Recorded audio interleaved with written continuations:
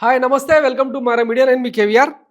కూటమి సర్కార్ వచ్చిన తర్వాత ఆంధ్రప్రదేశ్ ప్రజలకు కొడుతున్న చీకటి దెబ్బల గురించి తెలిసిందే కదా. 6 గ్యారంటీలను అటకెక్కిచ్చి సూపర్ 6 హామీలను అసలు మాట్లాడకుండా చేసి ఓన్లీ పెన్షన్లు మాత్రమే ఇస్తూ ఎట్లా కాలక్షేపం చేస్తున్నారో, కమిటీల పేరుతో కాలయాపన చేస్తున్నారో చూస్తూనే ఉన్నాం కదా.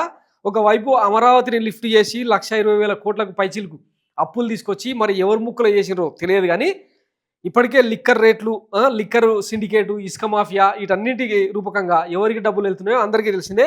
బాబుగారి సంపద సృష్టి ఈ రకంగా ఉంటుందా అని చెప్పి అందరూ చర్చించుకున్న సందర్భంలో ఆయన నిన్న ఇచ్చిన స్టేట్మెంట్ ఏంటంటే, బ్రాండ్ ఏపీ ఇప్పుడిప్పుడే విశ్వాసం పెరుగుతోంది అని చెప్పి డబ్బాలు కొట్టుకుంటున్నారు కదా. కానీ సెక్రటేరియట్ వాలంటీర్ వ్యవస్థ కొట్టిన చీకటి దెబ్బల గురించి ఒకసారి మాట్లాడుకుందాం. వాస్తవానికి YS Jaganmohan Reddy land mark నిర్ణయాలు వాలంటీర్ వ్యవస్థ అండ్ విలేజ్ సెక్రటేరియట్ మీ ఇంటికే ప్రభుత్వాన్ని తీసుకొచ్చి నిలబెడతామని చెప్పి ఆయన ఏదైతే ఎన్నికల ప్రచారంలో మేనిఫెస్టోలో ఇచ్చిండో దాన్ని తూచా తప్పకుండా పాటించి గడప గడపకు ప్రభుత్వాన్ని చేర్చిండు. దాన్ని విప్లవాత్మక మార్పుగా ఈ దేశం ప్రపంచం మొత్తం కొనియాడింది. గత ఎన్నికల్లో అంటే 2024 సార్వత్రిక ఎన్నికలకు ముందు బీజేపీ సర్కారు మోడీ హయాంలోని బీజేపీ పార్టీ తమ మేనిఫెస్టోలో కూడా ఆ వాలంటీర్ వ్యవస్థను సెక్రటేరియట్ వ్యవస్థను ఇంప్లిమెంట్ చేస్తామని చెప్పి మేనిఫెస్టో రాసుకున్నారు. అమలు చేస్తలేరు, అది వేరే సంగతి. కానీ ఆ రేంజ్లో గుర్తింపు పొందిన ఆ వ్యవస్థ ఇంచుమించు 6 లక్షల మంది టెంపరీ ఉద్యోగులు కావచ్చు, ఇంకొకటి కావచ్చు. కానీ చాలామందికి అయితే యువతకు ఉపాధి ఇచ్చిందా లేదా? ఆ 6 లక్షల మందికి చీకటి దెబ్బలు కొట్టే ప్రయత్నం జరుగుతూ ఉందన్నమాట.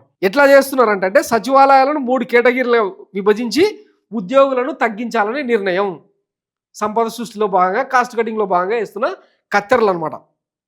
2,500 జనాభా ఉన్న సచివాలయానికి 6 సిబ్బందిని కుదించాలని, 2,500 నుంచి 3,500 జనాభా ఉన్న సచివాలయానికి 7 సిబ్బంది కుదింపుకు, 3,500 పైగా జనాభా ఉన్న సచివాలయంలో 8 మందికి కుదింపు. సో ఇప్పటికే రాష్ట్ర వ్యాప్తంగా 2,60,000 మందికి పైగా వాలంటీర్ల భవిష్యత్తును ఆగం చేసి వాళ్ళని రోడ్డు మీద నిలబెట్టిన సంగతి చూస్తూనే ఉన్నాం కదా. గతంలో ఉగాది సందర్భంగా ఇది ఈ రాష్ట్ర ప్రజలకు వాలంటీర్లకు నేను ఇస్తున్న ఉగాది బహుమతి అని చెప్పి ఏకంగా వాళ్ళని ఎగరగొట్టిన అనమాట. 5,000 అదేమన్నా గోనె సంచులు మోసే ఉద్యోగమా? అది ఒక రెమ్యునరేషనేనా?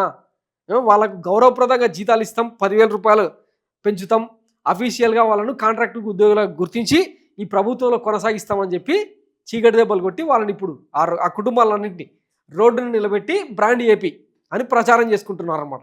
అయిందా? బాగా అయిందా అని చెప్పి ఇప్పుడు వైసీపీ కూడా వేడుక చూస్తుంది అన్నట్టు. ప్రజలు కూడా ఈ వాలంటీర్ వ్యవస్థ లేకపోవడం వల్ల ఎన్ని రకాలుగా ఇబ్బందులు పడుతున్నారో బయట ప్రపంచానికి తెలియట్లేదు.